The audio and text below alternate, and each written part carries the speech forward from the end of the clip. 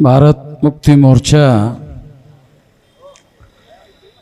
संघटनेच्या माध्यमातून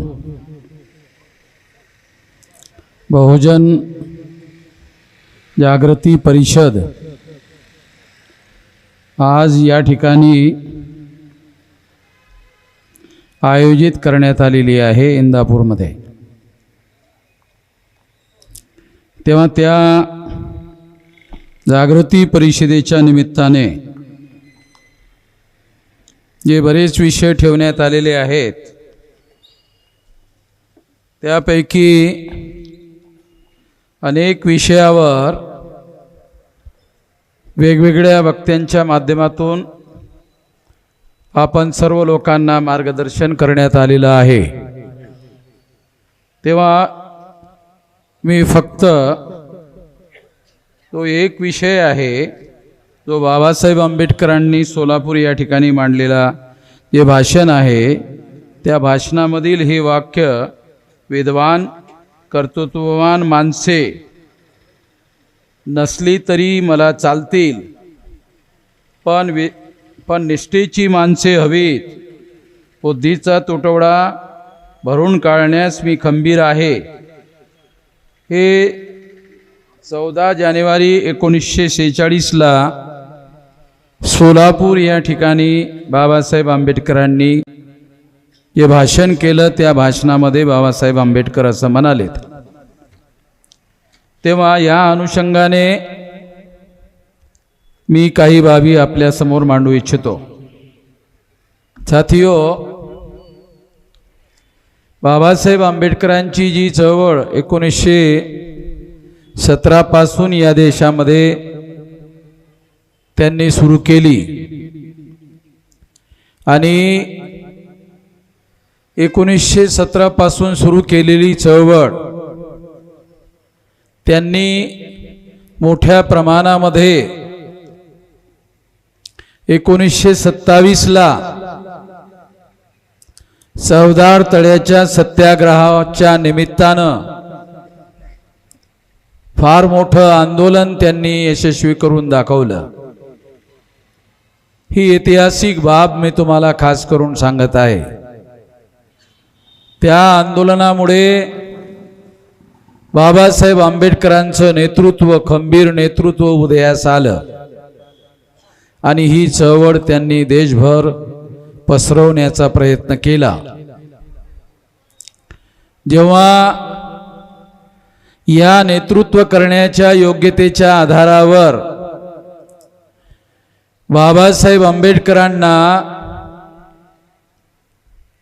जी round table conference लंडनमध्ये आयोजित करण्यात आली होती, त्या राऊंड टेबल कॉन्फरन्समध्ये इंग्रजांकडून त्यांना निमंत्रण धाडण्यात आलं, पाठवण्यात आलं आणि मग 1930-31 या कालावधीमध्ये बाबासाहेब आंबेडकर राऊंड टेबल कॉन्फरन्समध्ये लंडनला गेले आणि त्या माध्यमातून त्यांनी जी लढाई, जो मोर्चा आणि आमच्या समाजाचं जे यशस्वी नेतृत्व केलं त्या यशस्वी नेतृत्वाचा परिणाम म्हणून 17 ऑगस्ट 1932ला सेपरेट इलेक्टोरेटचा अधिकार प्राप्त करण्यामध्ये बाबासाहेब आंबेडकर यशस्वी झालेत। हा सेपरेट इलेक्टोरेट काय होता?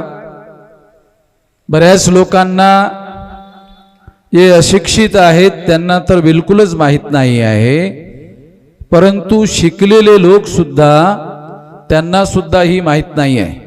हे सेपरेट इलेक्टोरेट काय? जे निवडणुकीची पद्धत आहे त्या निवडणुकीच्या पद्धतीमध्ये सेपरेट इलेक्टोरेट यासाठी बाबासाहेब आंबेडकरांनी इंग्रजांना मागितली की ते असं म्हणालेत की ज्यांना आजच्या तारखेला शेड्यूल कास्ट मानण्यात येते ते भारतीय समाज जीवनामध्ये अस्पृश्य लोक आहेत आणि हे जे अस्पृश्य लोक आहेत या अस्पृश्य लोकांची या देशामध्ये एवढी संख्या आहे, त्या लोकांना दुसऱ्या पक्षाचे, दुसऱ्या समाजाचे जे टचेबल लोक आहेत ते मतदान देऊ शकत नाहीत, ते मत देत नाहीत, ते त्यांना स्पर्शच करत नाहीत, तर त्यांना मतदान कसे करतील? म्हणून त्या लोकांचे प्रतिनिधी यामुळे निवडून जाणार नाहीत. इतक्या प्रचंड मोठ्या प्रमाणामध्ये संख्येनं असणाऱ्या ह्या लोकांच्या मध्ये यांची संख्या शेड्यूल कास्ट म्हणून 15% आहे, शेड्यूल ट्राईब म्हणून 7.5% आहे. या लोकांना कोणी मतदान करत नसल्यामुळे त्यांचे प्रतिनिधी, स्वतंत्र प्रतिनिधी, स्वाभिमानी प्रतिनिधी निवडून येऊ शकत नाहीत. मग लोकशाही म्हणजे काय, राजाशाही म्हणजे काय हे समजलं की लोकशाही समजते. राजाशाही म्हणजे एक व्यक्ती असतो, तो राजा असतो आणि त्याच्या नियंत्रणामध्ये सर्व प्रकारची सत्ता असते. लोकशाही म्हणजे काय, तर जनतेने निवडून दिलेले जे प्रतिनिधी आहेत त्यांच्या माध्यमातून जनता आपली राज्य सत्ता निर्माण करते, त्याला लोकशाही असं म्हणतात. आपल्या देशामध्ये 542 खासदार संसदेमध्ये निवडून जातात. विधानसभेमध्ये, महाराष्ट्राच्या विधानसभेमध्ये 288 लोक निवडून जातात आणि लोकसभेमध्ये 542 लोक निवडून जातात. तेव्हा ते 542 लोक 140 कोटी जनता आहे भारतामध्ये, त्यांचे प्रतिनिधी म्हणून संसदेमध्ये निवडून जातात आणि ते निवडून गेलेले प्रतिनिधी या देशाच्या संसदेमध्ये, कायदे मंडळामध्ये कायदे निर्माण करण्याचं, कायदे बनवण्याचं काम करतात. आणि अशा प्रकारे लोकशाहीमध्ये राजेशाही जी अस्तित्वात होती त्याच्या विरुद्ध जनतेच्या संमतीने कायदे बनवले जातात आणि अशा पद्धतीने ते कायदे आणि त्या कायद्याचं राज्य अस्तित्वात येते, त्याला लोकशाही म्हटली जाते. फक्त निवडणुका म्हणजे लोकशाही नाही, परंतु निवडणुका ह्या महत्वाच्या आहेत. त्या निवडणुकीमध्ये आमचे लोक मतदान करतात आणि मतदान करण्याचा जो अधिकार आहे तो संवैधानिक अधिकार आहे, तो मूलभूत अधिकार आहे. तेव्हा 17 ऑगस्ट 1932ला हा जो स्वतंत्र मतदारसंघ, सेपरेट इलेक्टेड मिळाला, तो अस्पृश्य लोकांना दुसरे लोक मतदान करत नाहीत म्हणून त्यांचा स्वतंत्र मतदारसंघ असायला हवा. तो स्वतंत्र मतदारसंघ म्हणजे काय, तर त्या ठिकाणी अस्पृश्यच लोक मतदार असतील, अस्पृश्यांमधीलच लोक निवडणुका लढवतील आणि अस्पृश्यांचाच प्रतिनिधी त्या ठिकाणी निवडला जाईल. म्हणजे अस्पृश्यांना अस्पृश्यांचा प्रतिनिधी निवडण्याचा अधिकार म्हणजे स्वतंत्र मतदारसंघ, सेपरेट इलेक्टोरेट. असा हा अधिकार 17 ऑगस्ट 1932ला बाबासाहेब आंबेडकरांनी मिळवून दिला. हा अधिकार जर समजा आज अस्तित्वात असता, कारण तो अधिकार बाबासाहेबांनी मिळवला, त्या अधिकाराच्या विरोधामध्ये गांधीजींनी आमरण उपोषण केलं आणि त्या आमरण उपोषणामधून पुन्हा पॅक्ट घडून आला आणि पुन्हा पॅक्टमुळे काय झालंय, सेपरेट इलेक्टोरेट संपुष्टात आला आणि जॉईंट इलेक्टोरेट अस्तित्वात आला. जॉईंट इलेक्टोरेट मध्ये काय, सर्वच लोकांना मतदानाचा अधिकार राहील आणि त्या सर्व लोकांची मतं जर अस्पृश्यांनी मिळवली तरच तो आमदार होईल, तरच तो खासदार होईल. हे त्यांना मिळू शकत नाही. गांधीजींनी आमरण उपोषणाचं शस्त्र उपसून तो अधिकार, मिळवलेला अधिकार, स्वतंत्र मतदारसंघाचा मिळवलेला अधिकार गांधीजींनी आमरण उपोषण करून रद्द केला. बाबासाहेब आंबेडकरांना गांधीजींनी धमकी दिली, जर तुम्ही हे माग घेतलं नाही तर मी यासाठी प्राण दिल्याशिवाय राहणार नाही. आणि ही घोषणा केवळ गांधीजींनी केली नाही, तसा उपवास त्यांनी सुरू केला. आणि मग संपूर्ण देशातून बाबासाहेब आंबेडकरांवर दबाव टाकण्यात आला. आणि तरीही बाबासाहेब आंबेडकर डगमगले नाहीत. त्यांना खुनाच्या धमक्या येऊ लागल्यात की तुमचा आम्ही मर्डर करू, तुमची आम्ही हत्या करू, तुम्ही माघार घेतली पाहिजे. जबरदस्तीने पुन्हा पॅक्ट त्यांच्यावर लादण्यात आला. बाबासाहेब आंबेडकरांनी ही बाब जो मी तुम्हाला सांगत आहे, ही बाब त्यांनी what Gandhi and Congress have done to untouchable नावाचं जे पुस्तक लिहिलं, त्या पुस्तकामध्ये त्यांनी स्वतः लिहून ठेवलंय, गांधीजी अँड इमॅन्सिपेशन ऑफ अनटचेबल, अस्पृश्यांची मुक्ती आणि गांधीजी. ह्या 1946 ला घटना परिषदेमध्ये जे त्यांनी निवेदन दिलं, त्यामध्ये सुद्धा त्यांनी हे लिखित स्वरूपामध्ये मांडलेलं आहे. लिखित आहे, हे काल्पनिक नाहीये. जे मी तुम्हाला सांगत आहे ते बाबासाहेब आंबेडकरांनीच घटना परिषदेला लिहून दिलेलं आहे. हे तारखासहित मी तुम्हाला सांगून राहिलोय. बहुतांश लोक ओरिजिनल डॉक्युमेंट बघत नाहीत, बहुतांश लोक ओरिजिनल डॉक्युमेंट बघून अभ्यास करत नाहीत, आणि काही करत असतील तर त्यांना त्याचा मूळ अर्थ कळत नाही. असं होतं, बरेचदा असं होते. कारण का कळत नाही? कारण हा मुद्दा साधारण विषय नसून गव्हर्नन्स ऑफ द कंट्रीशी संबंधित विषय आहे. हा साधारण विषय नाही, गव्हर्नन्स ऑफ द कंट्री. कसं?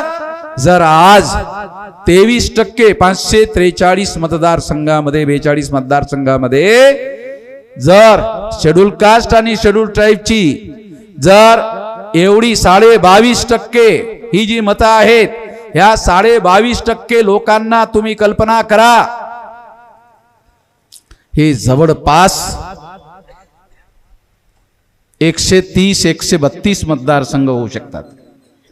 आणि एवढे खासदार निवडून आले असते लोकसभेमध्ये स्वतंत्र मतदारसंघाच्या माध्यमातून, आणि 131-132 जर खासदार निवडून आले असते, 26 जानेवारी 1950 ला जी घटना देशात लागू झाली, त्या ठिकाणी ही व्यवस्था करण्यात आली असती सेपरेट इलेक्टोरेटची, आणि त्या माध्यमातून 132 मतदारसंघ हे रिझर्व राहिले असते सेपरेट इलेक्टोरेट मध्ये. आणि या सेपरेट इलेक्टोरेट मधून 131-32 लोक निवडून गेले असते. आणि 131-32 निवडून गेले असते तर कुठलंही सरकार बनवण्यासाठी 272 मतदारसंघामध्ये 272 जागा ज्यांना मिळतील ते सेंट्रल मध्ये सरकार बनवू शकतात आजच्या व्यवस्थेनुसार. तेव्हा 272 पैकी 131-132 लोक जर शेड्यूल कास्ट शेड्यूल ट्राईबचे निवडून आले असते तर केंद्रामध्ये कुणाचंही सरकार असतं तर ते सरकार शेड्यूल कास्ट आणि शेड्यूल ट्राईबच्या खासदारांच्या मदतीशिवाय बनूच शकलं नसतं. हे लक्षात ठेवा. आज 240 मतदारसंघामध्ये बीजेपीला जागा मिळाल्या आहेत. 272 पाहिजेत सरकार बनवण्यासाठी, 240 मिळाल्यात. मग ज्यांना 240 मिळाल्यात त्यांना आमच्याकडे हात पसरून सरकार बनवण्याची आमच्याकडून त्यांना मागणी करावी लागली असती, आणि आम्ही म्हणू त्या माणसाला प्रधानमंत्री बनवता आलं असतं. बहुतांश लोकांना ही गोष्ट माहित नाही. आपला माणूस देशाचा प्रधानमंत्री बनवता आला असता. ही सेपरेट इलेक्टोरेट मध्ये बाबासाहेब आंबेडकरांनी व्यवस्था केली होती. जरी 272 मतदारसंघामध्ये आमची माणसं निवडून आली नसती आणि 131-32 मध्येच आडी आली असती तर कुठल्याही राजकीय पक्षाला बहुमत मिळालं नसतं आणि बहुमतासाठी त्यांना आमचीच मदत मागावी लागली असती आणि आमच्या मदतीशिवाय सेंट्रल मध्ये कुणाचंही सरकार बनू शकलं नसतं. हे बाबासाहेब आंबेडकरांनी घडवून आणलं होतं. गांधीजी जेव्हा उपोषणाला बसलेत तेव्हा सरदार पटेल गांधीजींना येरवडा जेलमध्ये भेटायला आलेत आणि त्यांनी गांधीजींना म्हटलं, जाऊ द्या तुम्ही कशाला मरून राहिलेत, जाऊ द्या, देऊन टाका. गांधीजींनी सरदार पटेल यांना म्हटलं, सरदार मी कशासाठी उपोषणाला बसलो, अरे तुझ्यासारख्या माणसाला, बॅरिस्टर माणसालाच कळून नाही राहिलंय, बाकी कोणाला कसं कळेल. तू असं कर, तू ह्या ज्या 2-4 उश्या आहेत ना त्या माझ्या पाठीच्या मागं उभ्या कर आणि मला जरा उठून बसव बरं, मग मी तुला समजावून सांगतो. मग सरदार पटेल यांनी त्या 2-4 उश्या गांधीजीच्या पाठीमागं उभ्या केल्यात आणि मग गांधीजी त्याला टेकून बाजीवर बसलेत, उपोषणामध्ये बाजीवर बसलेत आणि त्यांना म्हणालेत, सरदार जर हे एवढे लोक निवडून गेलेत आणि उद्या जर सरकार बनवण्याची वेळ आली आणि तुमच्याजवळ जर बहुमत नसलं तर कोणाला मागणी करावी लागेल जागेची, यांनाच मागावं लागेल ना. मग यांना मागितल्याशिवाय जर तुम्हाला सरकार बनवता येत नसेल तर हे सर्व सूत्र त्यांच्या हातामध्ये जातील. अरे तुला प्रधानमंत्री होता यावं, काँग्रेसचा प्रधानमंत्री व्हावा, यासाठी मी उपवास करून राहिलोय, मला प्रधानमंत्री व्हायचं नाहीये. तेव्हा मग सरदार पटेलनी त्यांना उपवास करण्यासाठी समर्थन देण्याची घोषणा केली आणि त्यानंतर बाबासाहेब आंबेडकरांवर जबरदस्ती करण्यात आली आणि जबरदस्तीमधून पुन्हा पॅक्टवर बाबासाहेब आंबेडकरांना सही करायला लावली. बाबासाहेब आंबेडकर जबरदस्तीनं सही करणारे व्यक्ती नव्हते, ते घाबरणारे व्यक्ती नव्हते, परंतु संपूर्ण देशातून त्यांचा आम्ही मर्डर करू, हत्या करू, अशा प्रकारच्या तारा, अशा प्रकारचे फोन, अशा प्रकारच्या चिठ्ठ्या हजारो त्यांना यायला लागल्या. हे सर्व रेकॉर्ड आहे. आणि मग बाबासाहेब आंबेडकर तरीही डगमगले नाहीत. तेव्हा गांधीजींनी, काँग्रेसच्या लोकांनी विचार केला, अरे डॉक्टर आंबेडकर हे कुठल्याही दबावाला घाबरत नाही आहेत, काय करायला पाहिजे. बाबासाहेब आंबेडकरांवर आपण दबाव टाकत आहोत, परंतु बाबासाहेब आंबेडकर डगमगत नाही आहेत, घाबरत नाही आहेत, काय करायला पाहिजे. मग त्यांनी, गांधी आणि काँग्रेसच्या लोकांनी आपले डावपेच बदलवलेत आणि डावपेच बदलवून त्यांनी बाबासाहेब आंबेडकरांना चिठ्ठ्या लिहिणं सुरू केल्यात. ठीक आहे, तुमच्या गाव कुसाच्या बाहेर असणारा जो समाज आहे त्यांची घरं आम्ही साऱ्या देशामध्ये बेचिराग करून टाकू, ती जाळून टाकू, संपूर्ण देशामध्ये असं आम्ही करू. तेव्हा बाबासाहेब आंबेडकरांना असं वाटलं की याच्यामुळे तर आता माझा जीव धोक्यात नाही, आता हा माझ्या समाजाचा प्रश्न आहे आणि माझा समाज हा अल्पसंख्य आहे प्रत्येक गावामध्ये, तेव्हा त्यांचा जीव धोक्यात आल्याशिवाय राहणार नाही. म्हणून बाबासाहेब आंबेडकरांनी पुन्हा पॅक करण्यासाठी संमती दिली असं रेकॉर्ड आहे, परंतु बहुसंख्य लोकांजवळ ही गोष्ट अस्तित्वात नाही, माहिती नाही.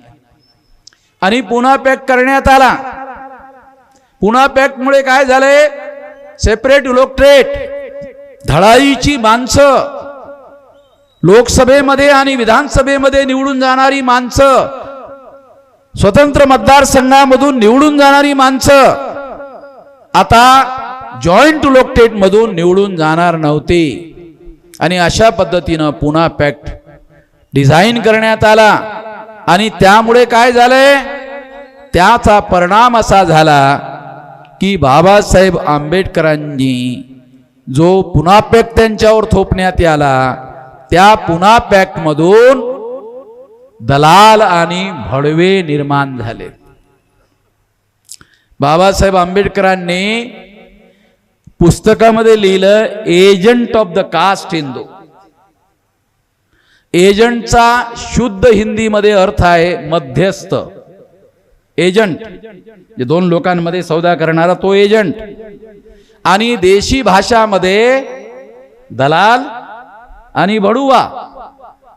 देशी भाषामध्ये लोक असं म्हणतात, अरे ये तो ये पार्टी का दलाल है, ये दलाल है, वो दलाल. दुरूनच बघ ना, तो आहे ना तो. कपडे सुद्धा त्यांचे असे असतात की त्यांना बरोबर वेगळं करून सांगता येते. अरे ये दलाल देखो जा रहा है दलाल. म्हणजे तो एक ड्रेस झालेला आहे. एक ड्रेस जो आहे दलालांचा, बडव्यांचा एक सुद्धा ड्रेस आहे. तो ड्रेस जो आहे दुरूनच लोकांना बघता येतो, सांगता येतो, समजवता येतं. आणि अशा पद्धतीने पुन्हा पॅक्ट मधून दलाल आणि भडवे निर्माण झालेत. ते दलाल आणि भडवे संपूर्ण देशात निर्माण झाले. प्रत्येक राज्यामध्ये, राज्यात निर्माण झालेत. प्रत्येक लोकसभेमध्ये निर्माण झालेत. प्रत्येक विधानसभेमध्ये निर्माण झालेत. ते काय करतात? काँग्रेस पक्ष कोणी स्थापन केला? 1885 ला काँग्रेस पक्ष ब्राह्मणांनी स्थापन केला. भारतीय जनता पक्ष कोणी स्थापन केला? RSS नी स्थापन केला. RSS कोणी स्थापन केलाय? ब्राह्मणांनी स्थापन केलाय. तेव्हा काँग्रेसच्या विरोधामध्ये भारतीय जनता पक्ष हा ब्राह्मणांचा पक्ष आहे, आणि भाजपाच्या विरोधामध्ये काँग्रेस हा सुद्धा ब्राह्मणांचाच पक्ष आहे. त्यांची मतसंख्या भारतामध्ये किती आहे? 3.5% आहे. ब्राह्मणांची संख्या 3.5% आहे. आणि 3.5% मताच्या आधारावर ब्राह्मण ग्रामपंचायतीमध्ये पंच निवडू शकत नाही. शकते? 3.5% मतावर 3.5% मताच्या आधारावर ब्राह्मण पंच सुद्धा ग्रामपंचायतीमध्ये निवडू शकत नाहीत. जे पंच निवडू शकत नाहीत ते सरपंच कसे बनवणार? आणि जे सरपंच बनवू शकत नाहीत ते देशाचा प्रधानमंत्री कसं बनवणार? आणि अशा पद्धतीनं देशाची सर्व सत्ता ही ब्राह्मणांच्या हातातून चालली जाईल. म्हणून अनुसूचित जाती आणि जनजातीच्या स्वतंत्र आणि स्वाभिमानी चळवळीचा घात करण्यासाठी पुन्हा पॅक्ट निर्माण करण्यात आला, आणि त्यांच्यामध्ये दलाल आणि भडवे निर्माण करण्यात आले. ते दलाल आणि भडवे लोक ज्यांना काँग्रेसमध्ये तिकीट दिलं जाते आणि BJP मध्ये तिकीट दिलं जाते, ते लोक निवडून येतात. तुम्ही आम्ही त्यांना आमदार साहेब म्हणतो, तुम्ही आम्ही त्यांना खासदार साहेब म्हणतो, परंतु संसदेमध्ये त्यांना कुणालाही बोलण्याचा अधिकार नाही. आपण त्यांना आपलं दुखणं, आपलं गाऱ्हाणं संसदेमध्ये मांडण्यासाठी पाठवतो निवडून, परंतु त्यांना संसदेमध्ये बोलण्याचा अधिकार पक्षातर्फे नाही. जे कोणी बोलतील त्यांना लगेच पार्टीतर्फे नोटीस दिली जाते. लगेच त्यांना नोटीस दिली जाते आणि त्यांना वॉर्निंग दिली जाते, पुढच्या निवडणुकीमध्ये तुम्हाला निवडणूक लढवायची आहे की नाही. आणि लढवायची असेल तर तुम्हाला इथून पुढे संसदेमध्ये हे असं बोलायला नको. कारण पूर्वी राजेशाही जेव्हा अस्तित्वात होती तेव्हा लढाया तलवारीनं व्हायच्या. लोकशाहीमध्ये जी लढाई पूर्वी राजेशाहीमध्ये तलवारीनं लढली जायची, ती लोकशाहीमध्ये बोलण्यानं लढवली जाते. हे आपल्या लोकांना कळलं पाहिजे म्हणून तुलनात्मक सांगून राहिलो.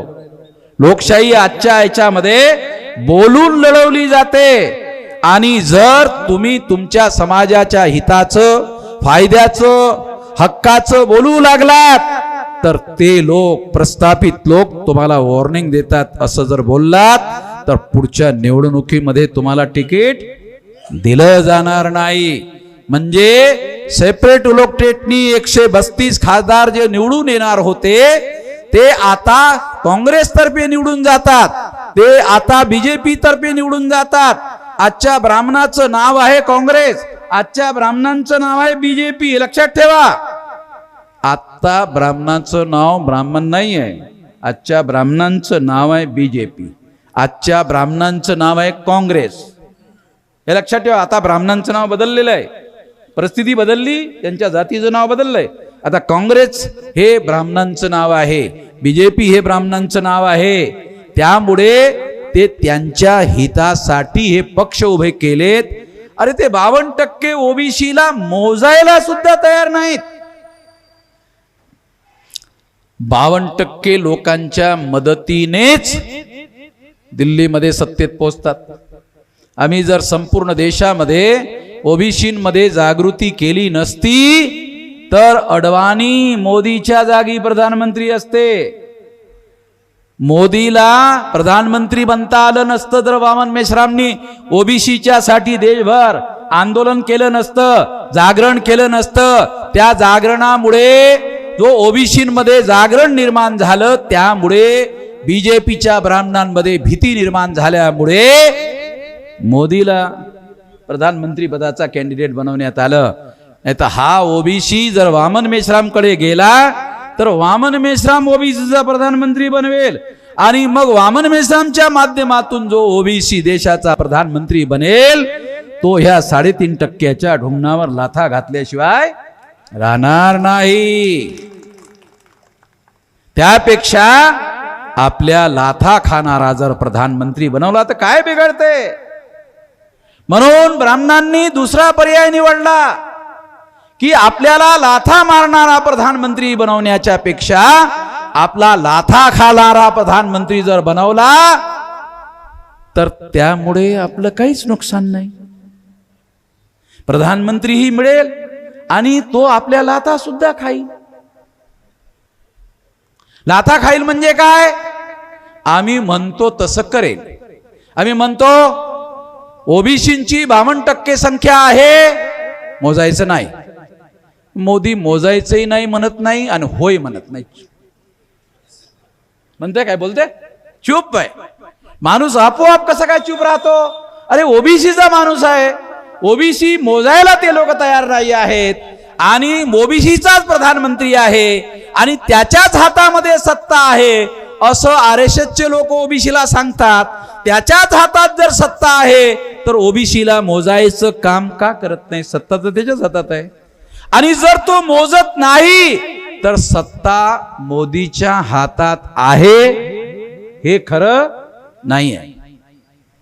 मोजायला सुद्धा तयार नाही. काही दिवसासाठी नितीश कुमार लालू प्रसाद यादवच्या मदतीने बिहारचे मुख्यमंत्री झाले होते. काही दिवसासाठी. त्या काही दिवसामध्ये बिहारमध्ये ओबीसीची मोजणी करण्याचा निर्णय घेतला आणि नितीश कुमारांनी बिहारमध्ये मोजणी केली. आकडे निघालेत ओबीसीचे 64%. माहिती आहे तुम्हाला, हे आकडे जाहीर झालेले आहेत. ओबीसीची मोजणी करण्यात आली, नितीश कुमारनी केली. त्या ओबीसीचा आकडा निघाला 64%. म्हणजे बिहारमध्ये ओबीसीची संख्या 64%. कशामुळे, मोजल्यामुळे. आणि संपूर्ण देशामध्ये 52%. कशामुळे, नाही मोजल्यामुळे. नाही मोजल्यामुळे 52% आणि मोजल्यामुळे 64%. केवळ मोजायचं आहे, मोजायला सुद्धा तयार नाही.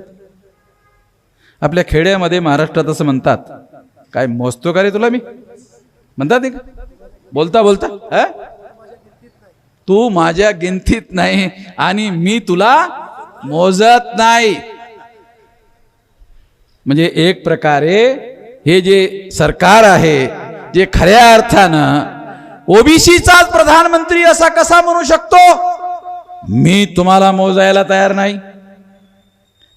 मोदी असं म्हणत नसून मोदीला प्रधानमंत्री बनवणारा जो ब्राह्मणाचा ग्रुप आहे RSSचा, तो असं म्हणतो आम्ही तुम्हाला मोजायला तयार नाही.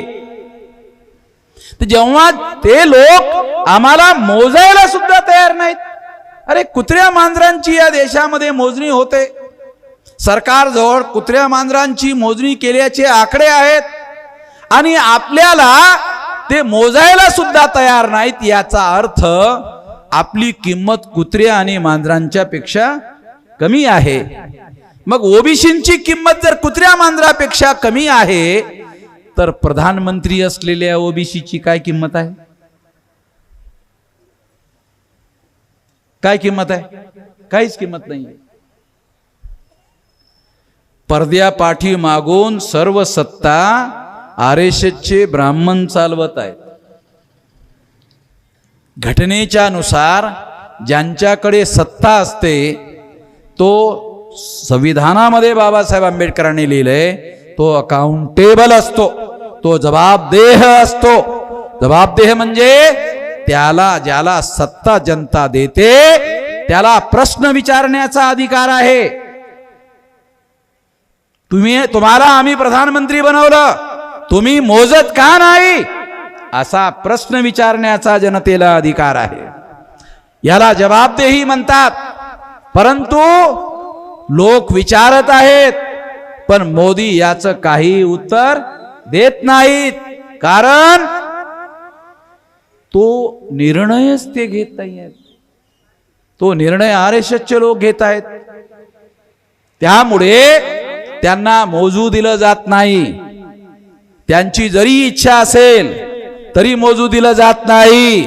याचा अर्थ असा की त्यांची किंमत अशा पद्धतीच्या जॉईंट इलेक्टोरेट मधून निर्माण झालेली आहे.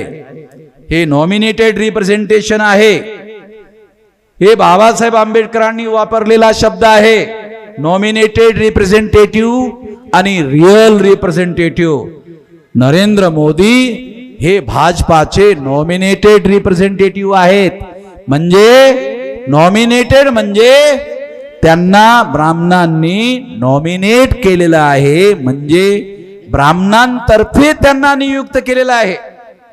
ओबीसींच्या 52% लोकांनी त्यांना निवडलेलं नाही, 3.5% ब्राह्मणांनी त्यांना निवडलेलं आहे. आणि म्हणून ते ब्राह्मण जे सांगतात त्याप्रमाणे कार्य करत आहेत. तेव्हा नरेंद्र मोदी हे ओबीसीचे प्रधानमंत्री नसून ते ब्राह्मणांनी ठेवलेले प्रधानमंत्री आहेत. ठेवलेले समजतात? गावामध्ये बोलतात ना, अरे हे बाई कोण आहे, ते असं म्हणजे बोलायला जरा मला अडचण आहे, असं बोलता येत नाही माईक मध्ये. अरे आहे ठेवलेला प्रधानमंत्री आहे ब्राह्मणांचा. ही वाईट गोष्ट आहे. मी तर असं म्हणतो की मोदींनी माझ्यावर FIR करायला हवा. त्याला माहित आहे चालेल FIR केलं तर वामन मेश्राम दुसऱ्याच दिवशी हिरो बनते. FIR करत नाही. हे जे मी बोलतो हे FIR करणारा मुद्दा आहे, पण तो FIR सुद्धा केला जात नाही. त्यांनी FIR करावा. मग कारण मी काही व्यक्तिगतरित्या काही बोलत नसून मी एका सिद्धांताच्या आधारावर विश्लेषण करून मांडत आहे आणि ते तुम्हाला समजून यावं यासाठी उदाहरणं देऊन सांगत आहे. कारण हा विषय साधारण नसून गव्हर्नन्स ऑफ द कंट्रीचा विषय आहे आणि गव्हर्नन्स ऑफ द कंट्रीचा विषय असल्यामुळे तो उदाहरणं देऊन सांगावा लागत आहे. तर देशामध्ये दलाल आणि भडवे निर्माण केले जात आहेत. इंदापूर देशात आहे का? इंदापूर भारतात आहे? महाराष्ट्र भारतामध्ये आहे. महाराष्ट्रामध्ये पुणा सुद्धा महाराष्ट्रात आहे. पुण्यामध्ये इंदापूर महाराष्ट्रात आहेत आणि इंदापूरमध्ये सुद्धा दलाल आणि भडवे तयार केले जात आहेत. त्या दलाल आणि भडव्यांचं नाव घेऊन माझी जीभ खराब होईल म्हणून त्याचं नाव सुद्धा घ्यायला तयार नाही. त्याला आपलं तोंड खरदासाठी खराब करायचं. तुम्ही शहाणे लोक आहात. खास करून जे हसून राहिले ते तर 200% शहाणे लोक आहेत, कारण त्यांना नाव न सांगता कळून राहिलं म्हणजे आश्चर्य आहे. तेव्हा अशा पद्धतीचे दलाल आणि भडवे हे समाजाचं प्रतिनिधित्व करू शकत नाहीत. आणि मग जर अशा पद्धतीचे दलाल आणि भडवे निर्माण केले जात असतील तर जनतेने त्यांचा पाय बंद करायला हवा. जनतेने त्यांचा पाय बंद करायला हवा. लोकांनी त्यांचा पाय बंद करायला हवा. आमचे जे महासचिव आहेत ते म्हटले मी पाय बंद करेन. अरे कशाला तुम्ही पुढाकार घेता? माझं असं म्हणणं आहे की तुम्ही कशाला पुढाकार घेता? जनतेने पायबंद केला पाहिजे. लोकशाहीमध्ये लोकशाही पद्धतीनं पायबंद करण्याचा अधिकार जनतेजवळ आहे. तेव्हा मॅन हँडलिंग करण्याची जरूरत नाही, हिंसा करण्याची जरूरत नाही. आम्ही हिंसेचे समर्थक नाही आहोत. तेव्हा लोकांनी जर ठरवलं तर लोक अशा प्रकारच्या गद्दारांना, दलालांना, भडव्यांना ते आपल्या आपल्या ठिकाणी त्यांचा बंदोबस्त करू शकतात. तो त्यांनी केला पाहिजे. तो लोकशाही पद्धतीने दलाल आणि भडव्यांचा बंदोबस्त करण्यासाठी काय केलं पाहिजे त्यासाठी ही सभा आहे. त्यासाठी ही सभा आयोजित केलेली आहे. लोक जर जागृत केलेत तर दलाल आणि भडव्यांच्या पाठीमागं ते जाणार नाहीत. आणि दलाल आणि भडव्यांच्या पाठीमागे जर गेले नाहीत तर ते एकटे पडतील. आणि एकटा माणूस कुठल्या पक्षामध्ये गेला तर काही दिवसानं त्यांना कळेल अरे हा लायबिलिटी आहे. काय म्हणेल त्यांना? अरे हा लायबिलिटी आहे. लायबिलिटी इंग्रजी शब्द आहे. लायबिलिटी म्हणजे बोजा आहे. त्याला ह्याच्या सांगण्यावरून काही मतं सुद्धा आपल्याला मिळून नाही राहिले. यालाच उलट सांभाळावं लागून राहिलंय आम्हाला. आमचीच एनर्जी याच्यावर लावावं लागून राहिली. त्यामुळे हा काही आपल्या उपयोगाचा नाही. मग काही दिवसानं ते त्यांच्या ढोंगणात लाथा घालून बाहेर करून टाकतात. असे जुने अनुभव आहेत. तेव्हा आपण त्यांना कुठल्याही प्रकारची ताकद देता कामा नये. आणि आपण लोकशाहीमध्ये हे करू शकतो. त्यासाठी आपल्याला कुठल्याही प्रकारची हिंसा, कुठल्याही प्रकारचे हिंसात्मक साधनं उपयोगात आणण्याची जरूरत नाही. लोकशाही मार्ग आपल्याजवळ आहेत आणि शांततेचा मार्ग आपल्याजवळ आहे. त्या शांततेच्या मार्गाचा अवलंब करून आपण हे सर्व करू शकतो. हे आपण केलं पाहिजे. त्यासाठीच म्हणून ही सभा आयोजित करण्यात आलेली आहे. मी या पद्धतीनंच बंदोबस्त कसा केला जाईल यासाठीच ही सभा आयोजित आहे. म्हणजे शांततेच्या मार्गानं दलाल आणि भडव्यांचा प्रतिबंध केला जाऊ शकतो. तो करण्यासाठी आम्ही प्रयत्न करत आहोत. त्यासाठीची ही पहिली सभा आहे. ही आखरी सभा नाही आहे. ही पहिली सभा आहे. अशा अनेक सभा या आसपासच्या परिसरामध्ये लावल्या जातील. दलाल आणि भडव्यांना ते लोक ज्यांनी त्यांना दलाल आणि भडवे बनवलं त्यांना ते महाराष्ट्रामध्ये फिरवतील. आणि फिरवून त्या भागामध्ये या बिमारीची लागण समजते ना. जर समजा तुम्हाला डोळे आलेत आणि तुम्ही कोणाकडे बघितलं त्याचे सुद्धा डोळे येतात. बरोबर की नाही? मग असा बिमार माणूस ज्याला मराठीमध्ये साथीचा रोग, दलाल आणि भडवेगिरी हा साथीचा रोग आहे, लक्षात घ्या. तो फिरला की दलाल आणि भडवे असे वेगवेगळे ठिकाणी निर्माण होतात. तेव्हा वेगवेगळ्या ठिकाणच्या लोकांना सुद्धा मी वॉर्निंग देतो. जर तुम्ही दलाल आणि भडवे तुमच्या तालुक्यात, जिल्ह्यात बनायला तयार झालात की समजाच 15 दिवसात मी त्या ठिकाणी हजर होईल. जास्त नाही. प्रत्येक ठिकाणी ज्या ठिकाणी दलाल आणि भडवे निर्माण होत असतील त्या ठिकाणी मी कार्यक्रम घेऊन त्या सर्व समाजाला जागृत करणे हे दलाल भडवे आहेत. आणि मग तुम्हाला माणसं तर सोडा, कुत्रे सुद्धा विचारणार नाहीत. माणसं तर विचारणारच नाहीत, पण कुत्रे सुद्धा विचारणार नाहीत. आणि काही कुत्र्यांनी जर विचारलंही तरी त्यांना मतदानाचा अधिकार नाही. म्हणजे तुमचं मनोरंजन व्हावं असा सुद्धा मला थोडासा विचार करावा लागतो. कुत्र्यांना मतदानाचा अधिकार का नाही? कारण ते 18 वर्षापर्यंत जिवंतच राहत नाही. 18 वर्ष झाल्याशिवाय मतदानाचा अधिकार मिळत नाही आणि कुत्रे 18 वर्ष जिवंत राहू शकत नाहीत. त्यामुळे अशा कुत्र्यांचा पायबंद करण्यासाठी विशेष काही प्रयत्न करण्याची जरूरत नाही. समाजाला फक्त जागृत करण्याची जरूरत आहे. आणि तुम्ही त्यांना जाऊन विचारू शकता लोकांना, अरे तुम्ही कशाला दलाल आणि भडवे बनून राहिलेत, तुम्ही कशाला कुत्रे बनून राहिलेत, असं तुम्ही त्यांना जाऊन विचारू शकता. त्यांना समजावून सांगू शकता. समजावून सांगण्याचा लोकशाही अधिकार आहे, तो तुम्हाला कायदेशीर अधिकार आहे. त्या अधिकाराचा तुम्ही वापर करू शकता आणि लोकांना समजावून सांगू शकता.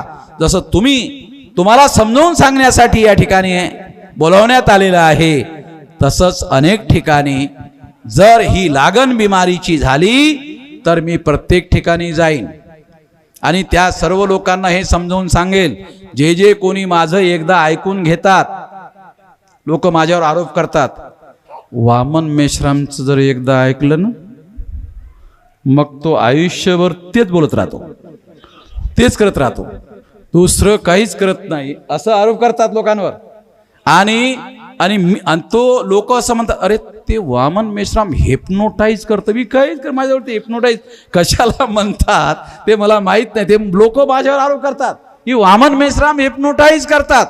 आता या ठिकाणी मी भाषण करून राहिलो, हिप्नोटाईज वगैरे काय करून राहिलो का? काहीच नाही. परंतु तुम्हाला मी समजावून सांगतो, पुराव्यासहित सांगतो आणि सर्व हिस्टॉरिकल उदाहरण घेऊन समजावून सांगतो. तुम्हाला ती गोष्ट पटते. लोकशाहीमध्ये हाच अधिकार बाबासाहेब आंबेडकरांनी घटनेमध्ये सर्व नागरिकांना दिला.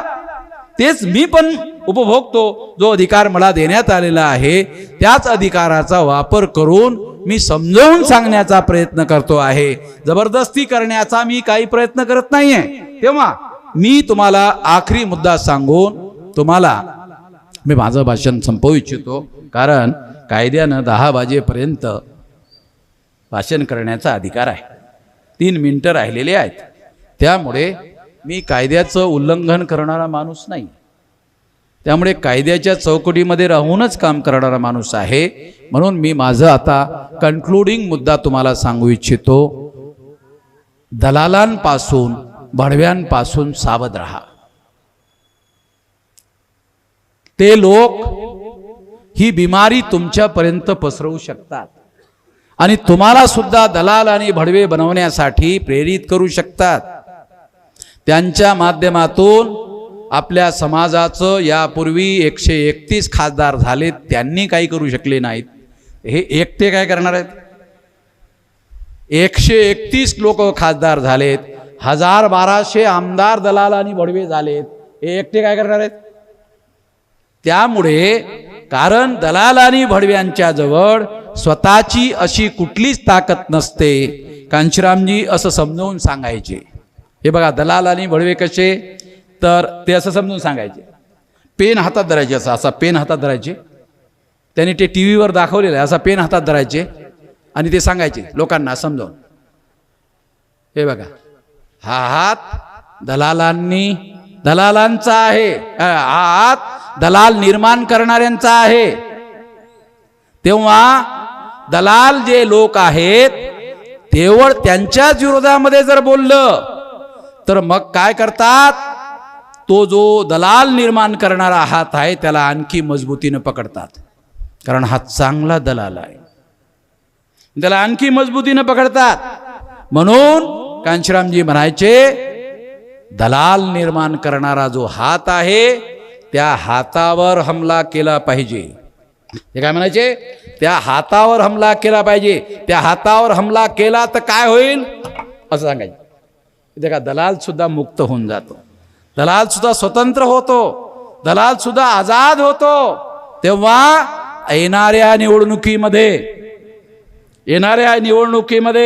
हे दलाल आणि भडवे निर्माण करणारे जे हात आहेत त्या हाताचा आपण बंदोबस्त केला पाहिजे. तेव्हा ह्या दलालांचं आपोआपच बंदोबस्त होऊन जाईल.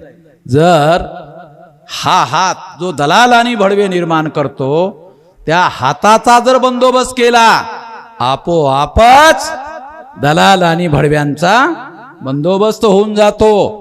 म्हणून आपल्याला दलाल आणि भडवे निर्माण करणारे जे हात आहेत त्यांचा येत्या निवडणुकीमध्ये बंदोबस्त करायचा आहे।